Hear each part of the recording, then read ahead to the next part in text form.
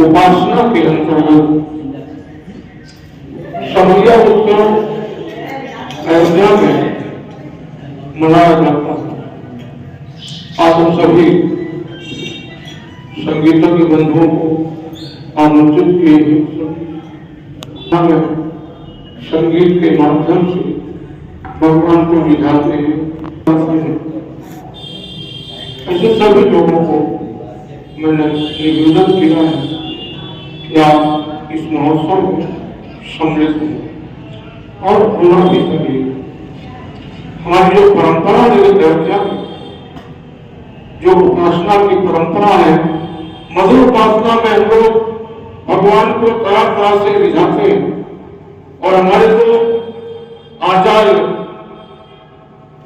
श्री अखिल जी महाराज सभी भाव की भगवान की सेवा करते थे।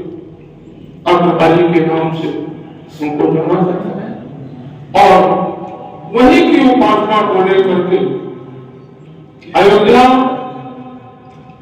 चक्रवर्ती महाराजा दशरथ जी का राजमहल, जिसको हम लोग बड़ी तरीके के नाम से जानते हैं, वहां के हमारे आचार्य अपने पांव में घुंघरू बांध करके बिना ले करके तो भगवान के सामने नृत्य करके भगवान को रिझाते थे। भगवान को रिझाने के आचार्यों ने अपने अपने परंपरा बनाई और उसमें जो मधुर परंपरा है वो अद्भुत है, क्योंकि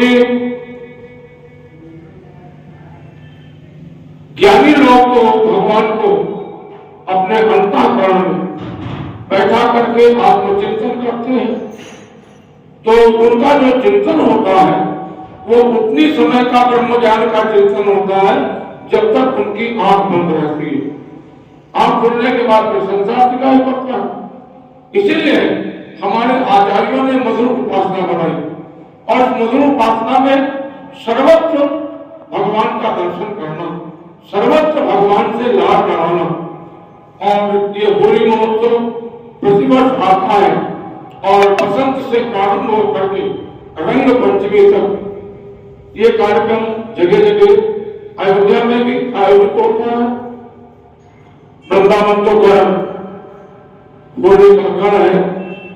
वृंदावन में तो लठमार होली होती है, लड्डू की होली होती है और दलिकादों की भी होली होती है और नारे वाले की होली होती है। आवश्यकता बढ़ जाए तो नारे में उठा के प्रतिज्ञा के बाद फंस गया और बहुत बुरा फंस गया। गोरी लाहू जी में था, 4 लोग थाना चोरी करके ले गए और नारे में तो होली का उत्सव कुछ ऐसा है, बड़ा विचित्र उत्सव है और इस उत्सव में हम भगवान को कितना रिझा सकते हैं, भगवान से कितना लाड लड़ा सकते हैं, यही दृष्टिकोण रख करके बड़ा भक्तमाल बिहारी जी सरकार के चरणों में हमने निवेदन किया था कि महाराज आपका समैया उत्सव छोटा हो बड़ा हो, कोई आवश्यक नहीं कि बहुत बड़ा उत्सव हो, ये आवश्यक नहीं, लेकिन भगवान का समैया उत्सव होना चाहिए।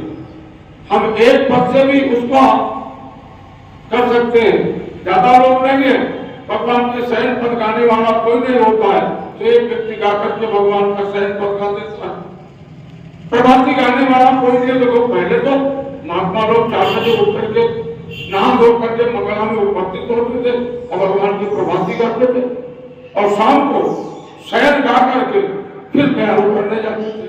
और हमारे आचार्यों द्वारा यहाँ तो नियम है, अर्चन सेवा का पूज्य गुरुदेव भगवान श्री बड़े भक्तमाली जी महाराज ने अर्चन सेवा का विधान बनाया।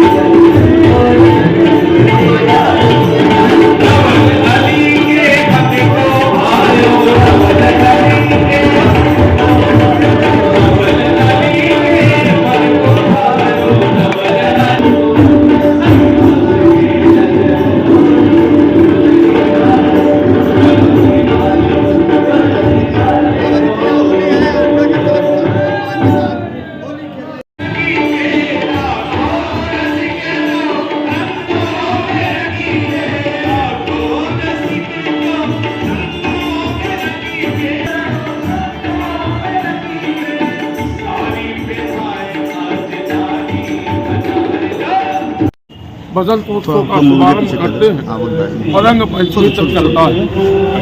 आज होलिका दहन है और आज भगवान श्री सीताराम जी बड़ा भक्तमाल बिहारी जो सरकार के चरणों में हम लोग पुष्प की होली खेल करके और इस आनंद का अनुभूति कर रहे हैं।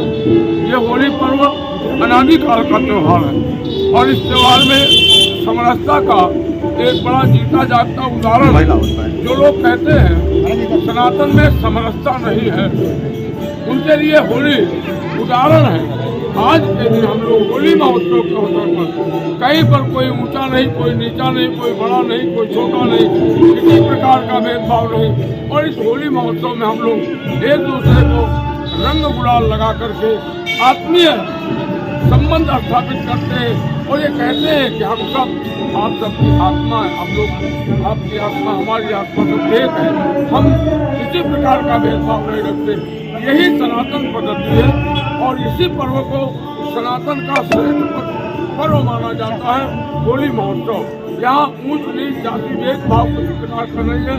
सब लोग आपस में होली लगाते, एक दूसरे को अबीर लगाते हैं, गुलाल लगाते हैं और आत्मीयता से मिलते हैं। यही समरसता का